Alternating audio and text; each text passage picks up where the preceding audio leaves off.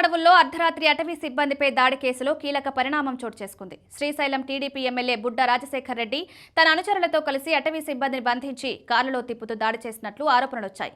ఇదే విషయాన్ని అటవీ సిబ్బంది కూడా ప్రెస్ మీట్ పెట్టి మరీ చెప్పడంతో పాటు సాక్ష్యాలు కూడా విడుదల చేశారు. దీంతో డిప్యూటీ సీఎం కమ్ అటవీ శాఖ మంత్రి పవన్ కళ్యాణ్ ఎమ్మెల్యేపై బుడ్డాపై ఆగ్రహం వ్యక్తం చేస్తూ కేసు పెట్టాలని ఆదేశించారు. అయితే ఈ వ్యవహారంలో పోలీసులు మాత్రం టీడీపీ ఎమ్మెల్యే బుడ్డా రాజశేఖర్ రెడ్డిని A2గా మాత్రమే పెట్టి జనసేన నేత అశోక్ రావుత్ మాత్రం A1గా పెట్టి కేసు నమోదు చేశారు. దీంతో ఈ వ్యవహారం ప్రాధాన్యం సంతరించుకుంది. టీడీపీ ఎమ్మెల్యేను తప్పించేందుకే ఈ కేసులో A2గా పెట్టారని, తమ పార్టీకి చెందిన నాయకుడిని A1గా పెట్టారని జనసేన శ్రేణులు మండిపడుతున్నాయి. వీరిద్దరిపైన బెయిలబుల్ కేసులు పెట్టడం మరో విశేషం.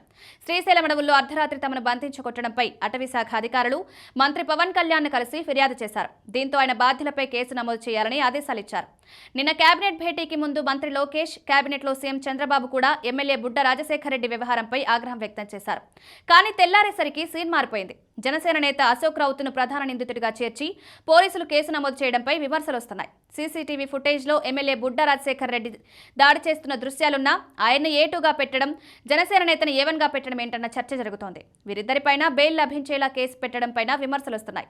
అయితే ప్రభుత్వం మాత్రం దీనిపై మౌనం వహిస్తోంది.